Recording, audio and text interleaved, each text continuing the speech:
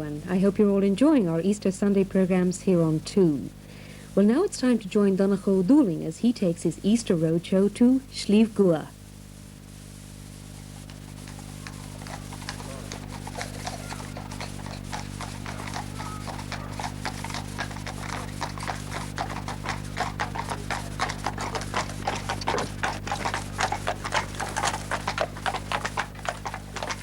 You're very welcome to Donncha's Travelling Roadshow, arriving in style in County Waterford in Melody's gig.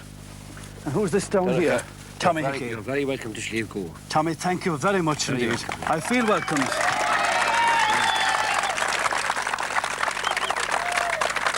I would like to meet our local postman, Mick You're very welcome to Sliabh. Mick, thank you very much. I feel doubly, trebly welcomed. In fact, I feel at home. Yes. Where are we exactly here now this evening?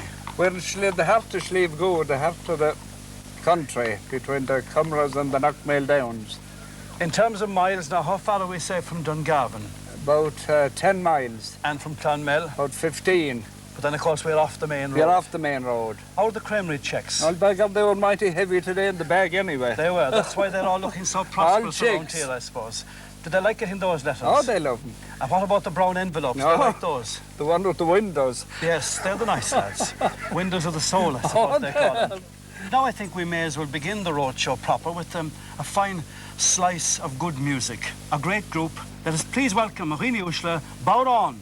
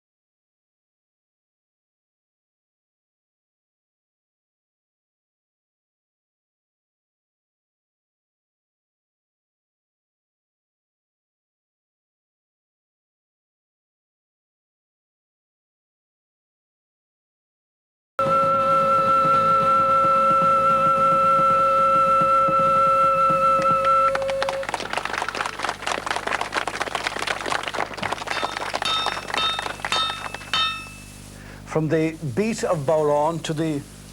Over there, Tom, is it? Yes, indeed. To the beat of the anvil in Tom Comey's forge here in Colliga. And the forge, I suppose, is the most romantic place in any parish. It was the centre of every activity, from subversion to marriages and matchmaking. And of course, ponies and horses have been shod in forges for generations. Tom Comey, how long has your family been shoeing horses here in Colliga? Well, I could be the sixth generation myself at it. And that's going back a long, long way. Jeez. Do you remember your grandfather shoeing horses here? Well, I could think of him all right.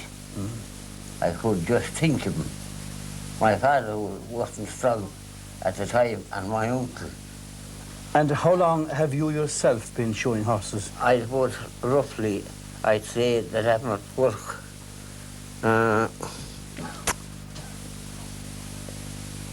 over 60 years. That's a long, long time. Yeah. And you have no intention of retiring, have you? Well, I was born with the hammer in my hand, and still, well, I feel like it, I'd like to make a little job of some kind. You'd like to go out striking a blow? I would. I suppose you would. Which time of the day was the busiest in the old times here? Would the farmers come fairly early in the morning with the animals? They came every hour in my time. Even they'd be waiting at 4 o'clock in the morning in spring weather to know who'd be first. So on a lovely spring day out there, you could have men standing with horses along the road there? I could. Often I could have 13 horses in the morning before we'd have in the fire. And what sort of horses were they? Farm horses. And when you lit the fire, of course the fire was lit manually that time, would you begin operations very early? Oh, in my father's time, he'd get the call, it was spring morning or any morning, he'd be out in the hop tube. And what time at night would you finish? Often 12 o'clock, 2 o'clock. And I remember to give work with my father after my uncle being buried, even I just coming on, that we gave us clear fortnight, no bid.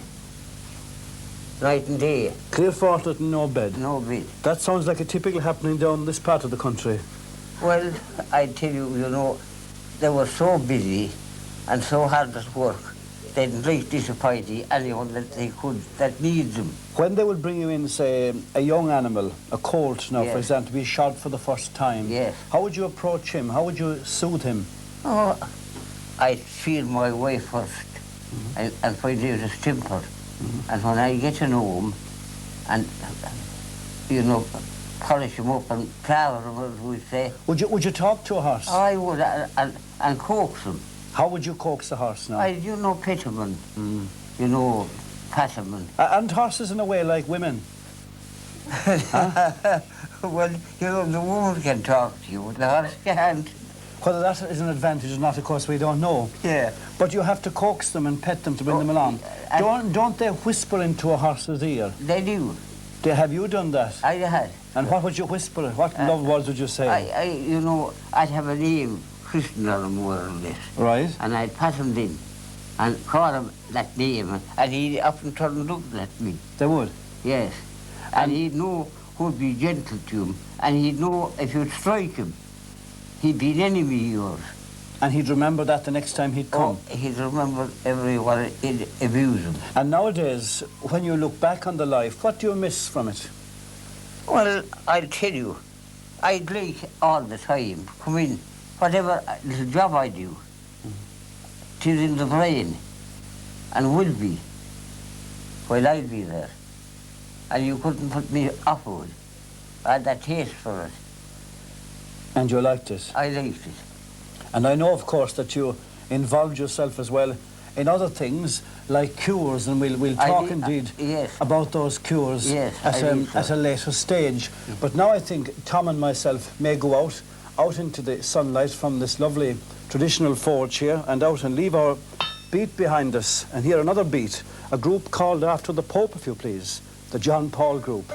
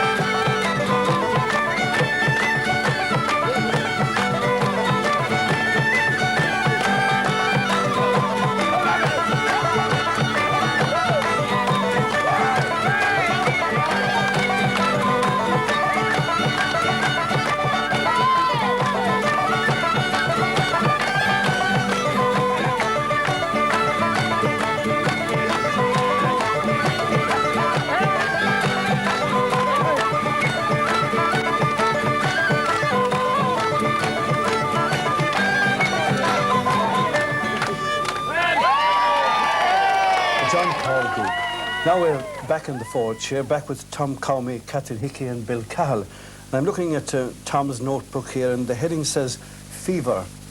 3 kinds of spasms. 1, bone, blood. 3, bog curbs. Then there's reference to pins, splints, side bones, ring bones, fibula, sand cracks, sprains, farcy, and cures for young children, rickets. Tom, that's a very strong list you have there. I should really, of course, before we talk about what you make up, ask you where you got these cures. Handed down to me. My father, son, Donncha. Were you young when you knew you had the cure? I was sure. I used to see him doing them. Mm. So you picked it up? Not taking that interest until it came to my turn that I was more or less called to do it. Tom, you have here cures for young children, rickets. Yes. What are rickets, first of all? Well, the child, more or less, he go bloodless altogether. And he wastes away to nothing. Even, and the toes and fingers, they cross each other. No strength and waste away. And the same way with the legs. They become bow-legged, yes.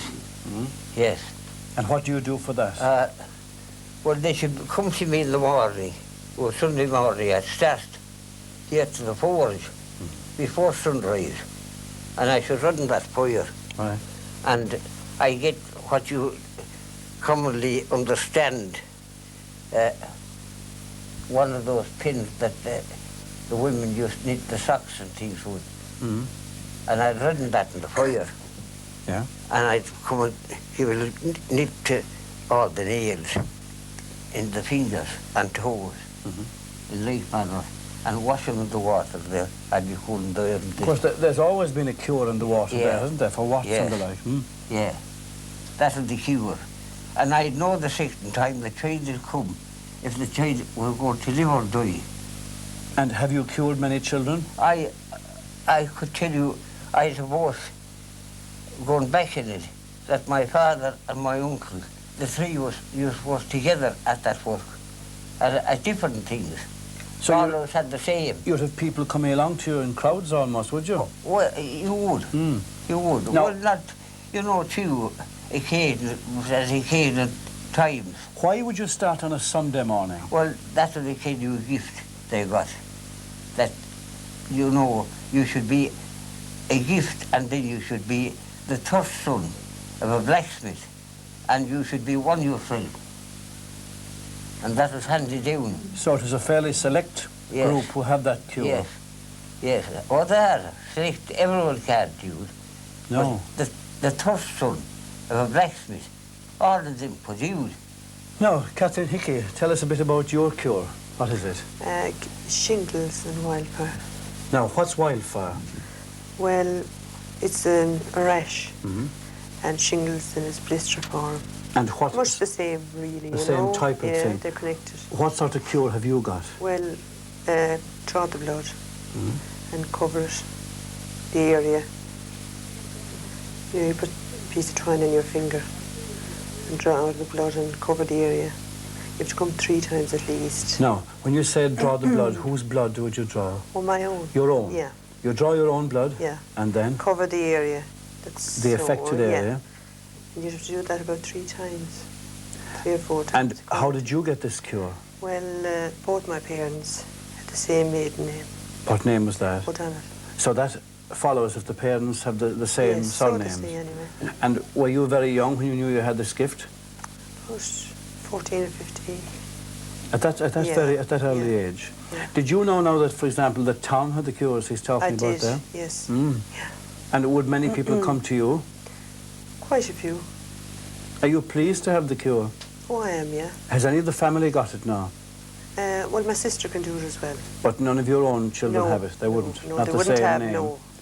Now, Bill Cahill, your cure, what is that? Wildfire and shingles again. Much the same cure? Same. Now, how did you have it?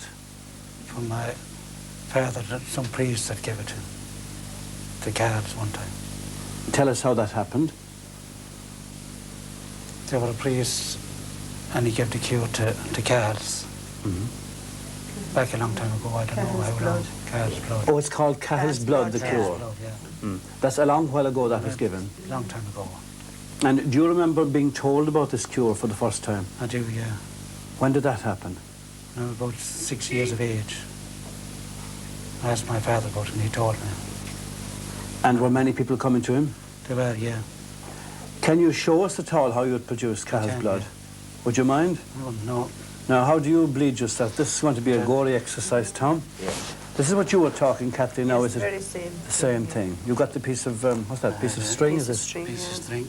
And a needle. Now, why do you shake the hand like Draw down that? the blood. Right? Wrap it around the finger.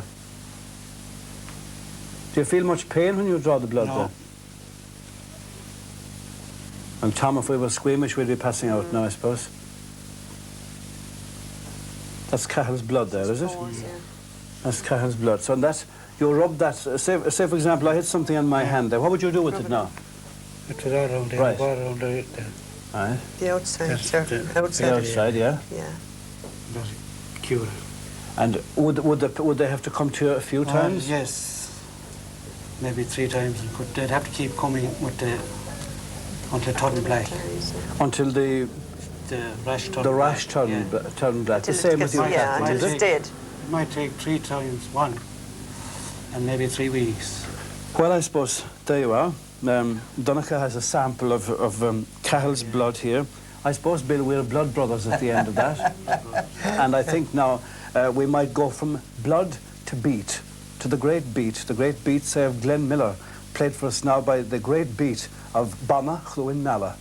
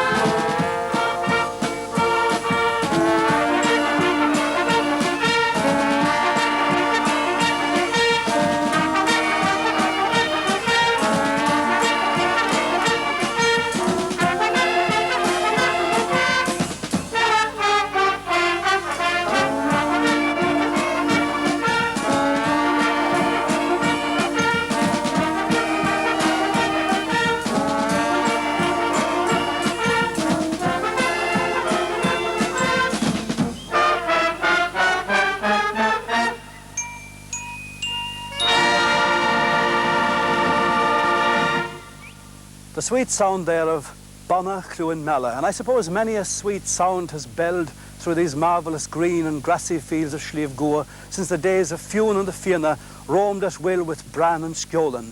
But a greater hound than either was bred a few fields away, a few miles away in Colligan. His name was Master McGrath, and he won the Waterloo Cup 3 times. He's famed, as they say, in song and story. Indeed, he may well have coursed these very fields here, like these dogs here.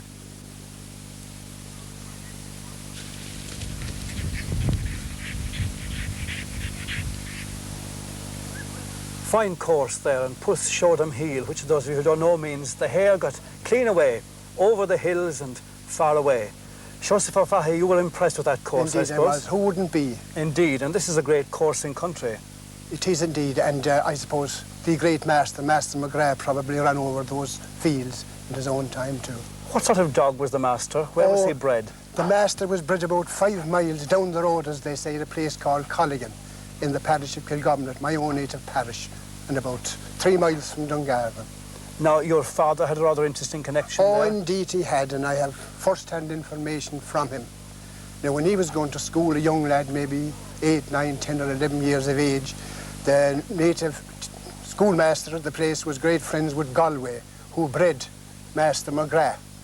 And when he wanted to course or to run Master McGrath as a puppy, he brought him up near my place, a place known as Montreal, bordering Ballochnick agus Cairnavrechan. And the fields were very large and a bit mountach or gappy.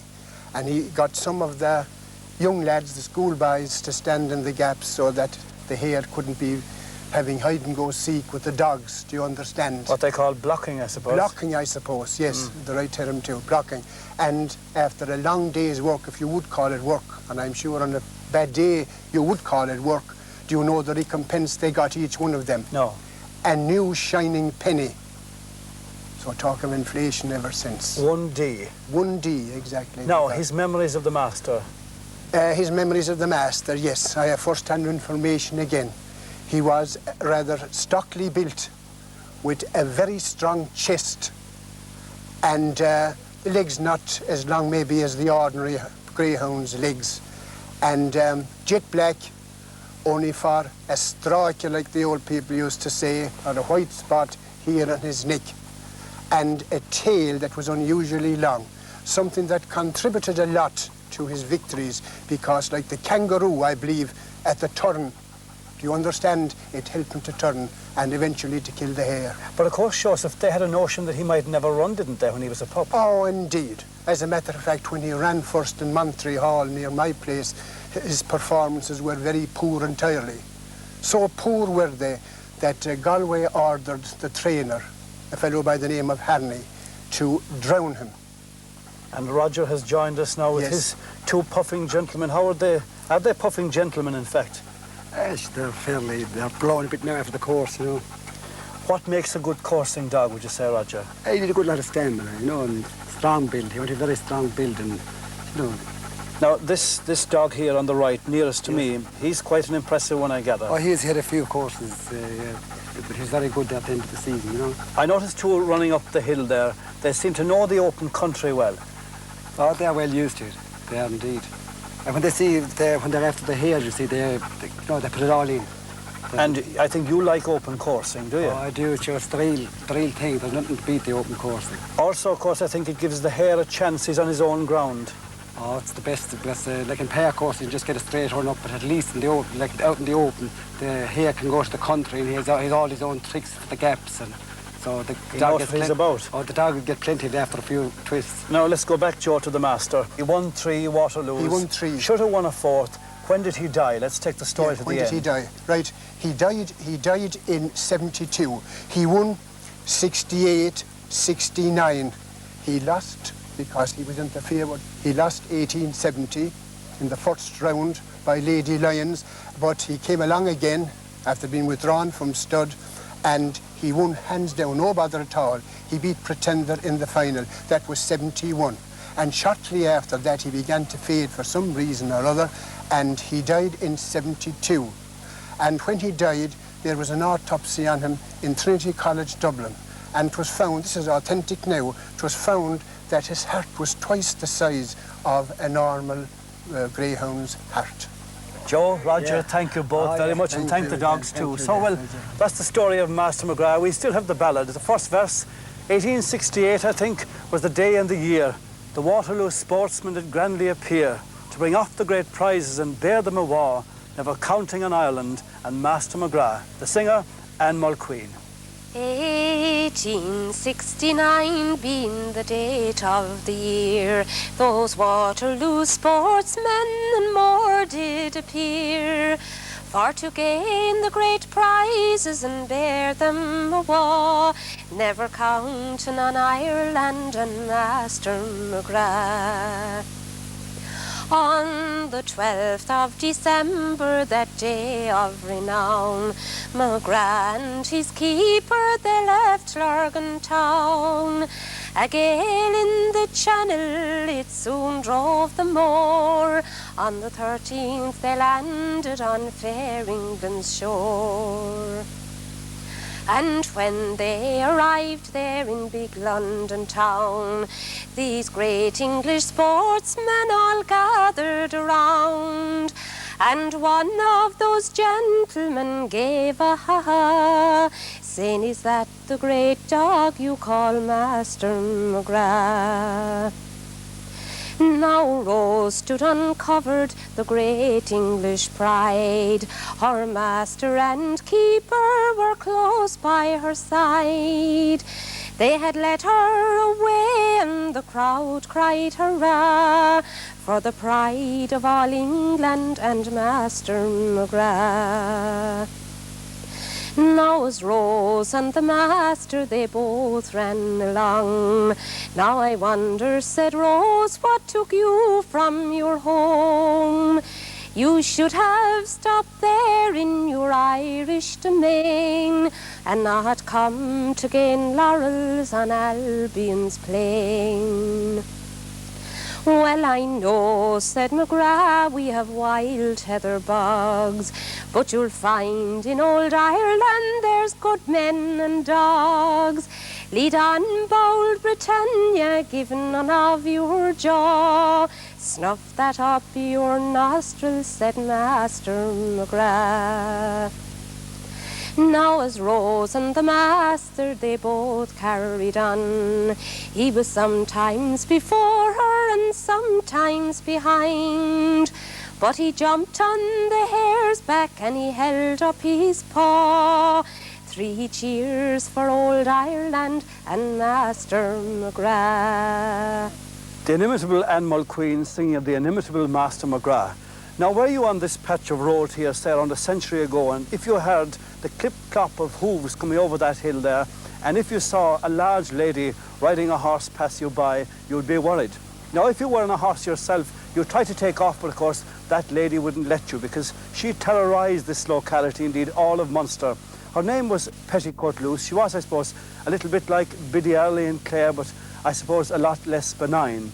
Anyway, if she hopped up on the horse behind you, there's no doubt that you'd never be the same again. You'd lose many of your faculties before the day or night was over.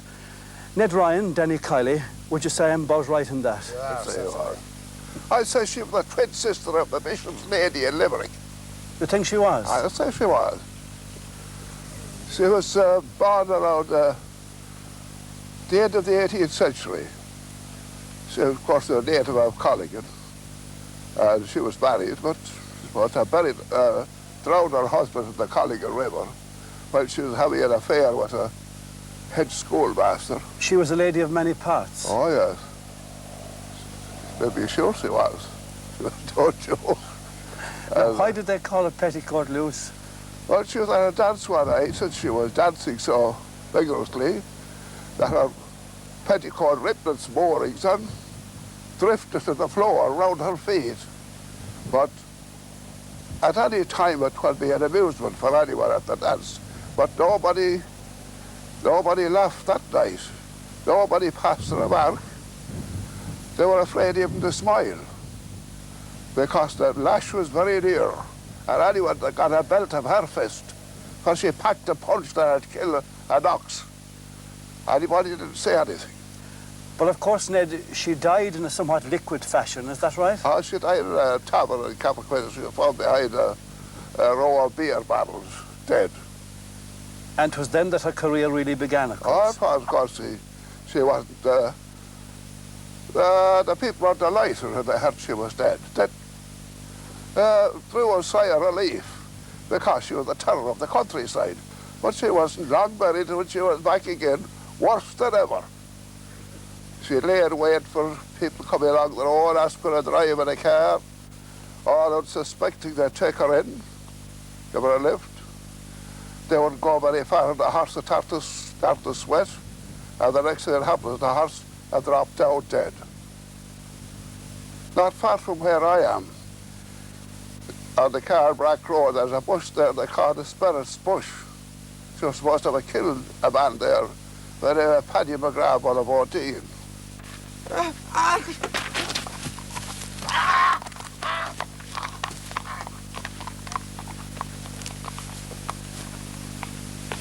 In the morning, he was found dead there, marked all over, the ground rooted up, all the bushes that were around there were pulled out of the roots. And she was a dinosaur of a woman. Oh, sure. And listen, Ned, what was the end of her? The second end? Well, after that, she disappeared from that, well, that locality for a while. And then the next place she was handled was around Bayloch. That's where she was operating, near the lake, the only lake in Knockmail Down Mountains. And as people are coming along at night time, they were coming along, catch a horse, were drown them in the lakes. Danny Colley, would you agree with that story? Yes, Would you agree with that story? Oh, no? yes. Oh, certainly. You never saw yourself, of course? I never saw her, no. Long before your time? Long before my time she operated. Of course, where we're standing here, this patch of road was also famous for something else. There was a famous fight fought around here, Oh, there was, and several famous fights in the olden times, faction fights between two groups known as the Shanavists and the Corowats.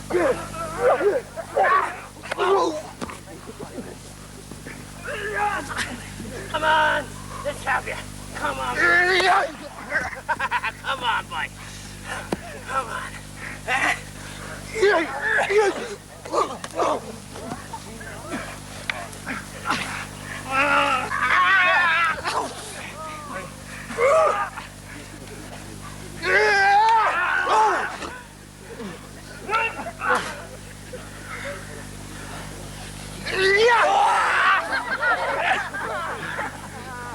Now, the Beery's Cross fight was the most famous. That was the most famous of all. What went on there now? There was an election being held at the time, and a group of Lancers from Clanville were escorting voters to Dungarvan. So the people of Slieve decided to have a lash at the Lancers, so they attacked them at Beery's Cross. What weapons did they use? Stones. Picked up their stones. Well, they had the stones piled up beforehand. They had their ammunition laid in. And wattles, I suppose, as well? And wattles, yeah. Ned, if you got a chance to meet Petticoat Luce, any question you'd like to ask her? Or you, Danny, for that matter? Well, I'd like to ask her about the other side and why she came back. From the other side? I never had anybody coming back. Would you feel if you went to the other side you'd like to meet her? Well, I would like to meet her anywhere. Thank you very much, gentlemen, indeed. You're welcome.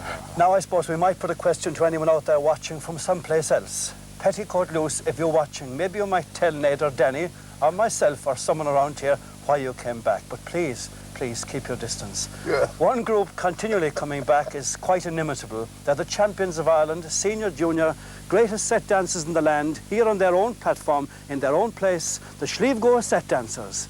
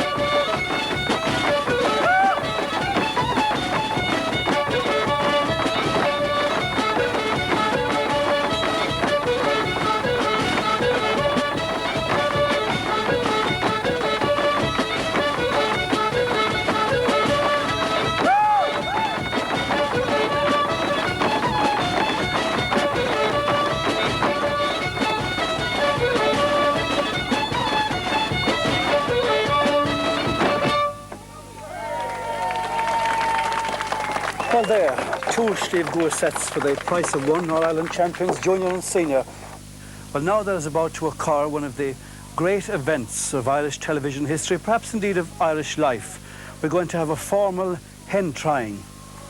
In this little lean-to here, there's a man named Ned Parker, a local worthy, who tells me he's been 40 years working with the birds. I'm about to enter there. He's in there with several Rhode Island Reds and a beautiful cock. And what happens will soon be history. What happens indeed is anyone's guess. And may everyone have mercy on my soul. How are you, Ned? Never better. How yourself? You're welcome to Sligo. And welcome to the hen house, I suppose. And the hen house, yes. Ned, how long have you been around hens? Well, I give about 40 years altogether about fowl. What sort of work were you doing about them? Killing them.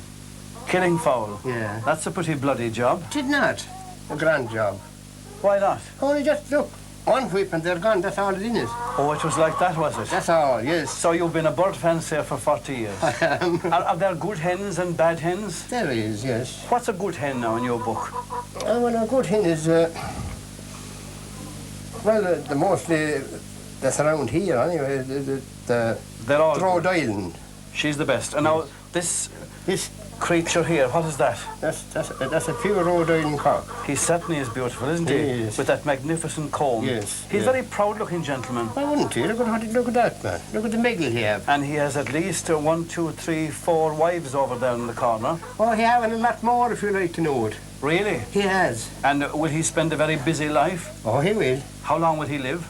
About 4 or 5 years. Now, do we know at all how old this chap is? You're going to tell us, I suppose, are you? He's heavy too, isn't he? No. No. The sport. Oh, oh, yeah. You see that? So he's, what is he? He's about 2 or 2.5 years. And is he at the height of his powers now? He's not, no. No? Oh, no. How long more? Well, there's a couple of more years in him anyway. Now, drop him away for a moment, send him back to his ladies, and let's have a look at his girlfriends in there. Yeah. If you were to pick out the best hen there, which do you think you'd pick? That front one there.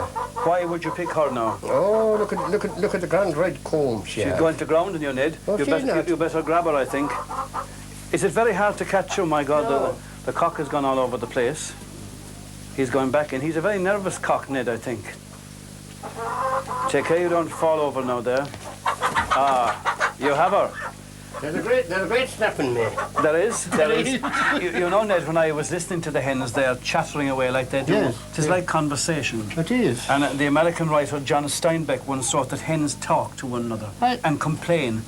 Not sure the way they'll be chattering around there must be something in it. Complaining to one another, Yes, I suppose. yeah. Now, this lady is good because... Yeah, she's just that's around Rhode Island. Look at that. You see the comb? The right comb? Well, the right comb would be right straight. Yeah. Yeah. And I believe, too, if I remember well from the country, when the comb was red, it was a sign they were laying. Oh, they are, yeah, that's right. And how many eggs in a week now would that lassie lay? What would she lay every day?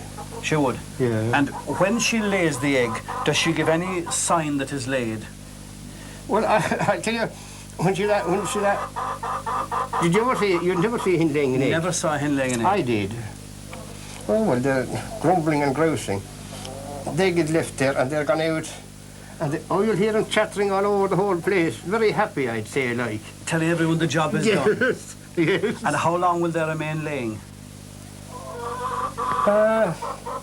Couple of years? They were 4.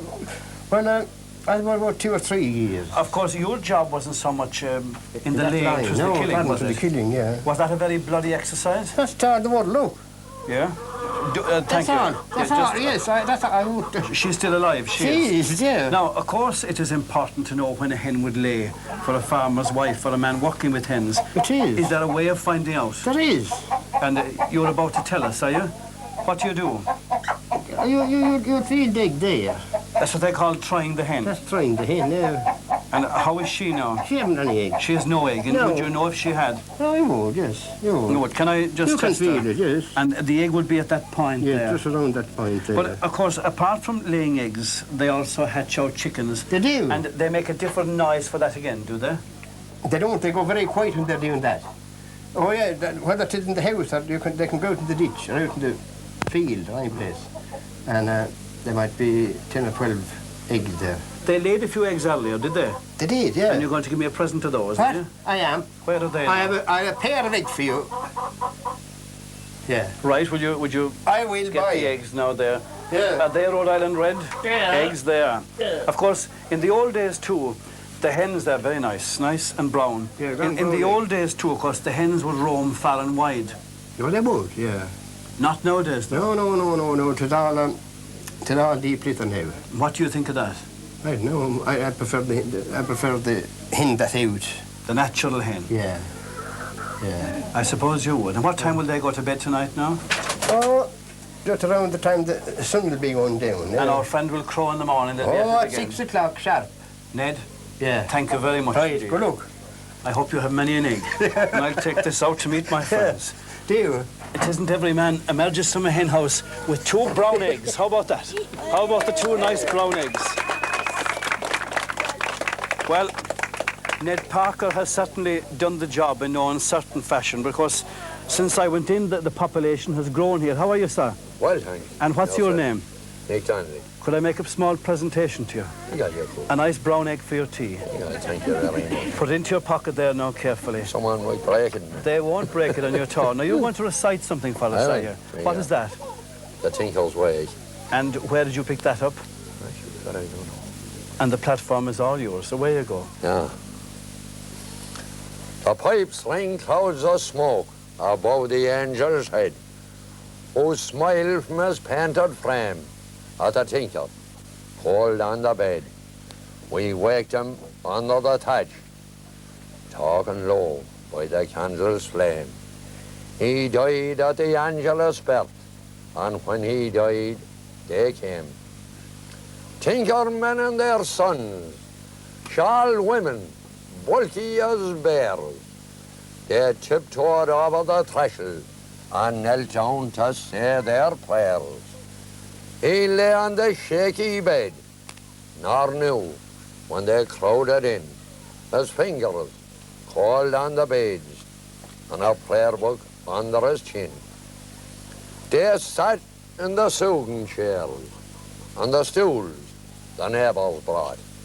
We gave them porter to drink, and they smiled as they blew the froth. We gave them the dark brown snuff. God's crown be on him, they said. Their prayers and sneezes were loud, but they couldn't wake the dead. Many's the skull he smashed, and the crowded fair a puck. Many's the goose he stole, and many's the well-fed duck. Many's the salmon he poached, but now he will poach no more. The tinkers knelt and prayed and went out through the open door.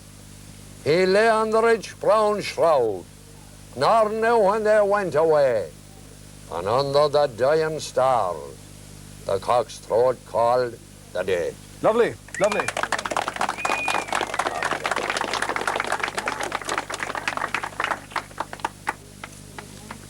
Very fitting, I suppose, talking about the cocks crowing the day, having been in the hen house there with them earlier. That gentleman there giving us a rather sad recitation. Now, of course, we move into something very cheerful, very bright, a brass band, great lively music, Irish tunes, Bama Chluin Mala.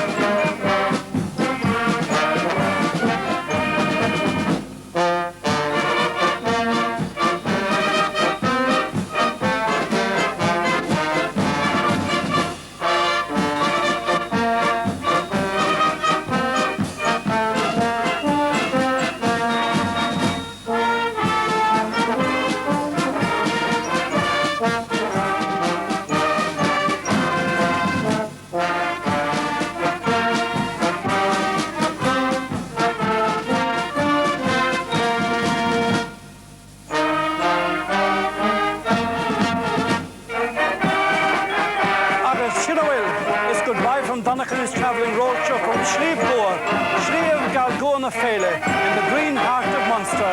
So I've just done there what Mike Murphy failed to do in Feathered.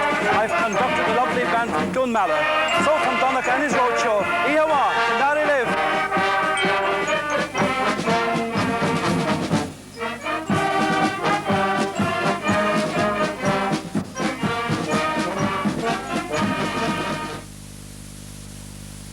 Cadbury snack.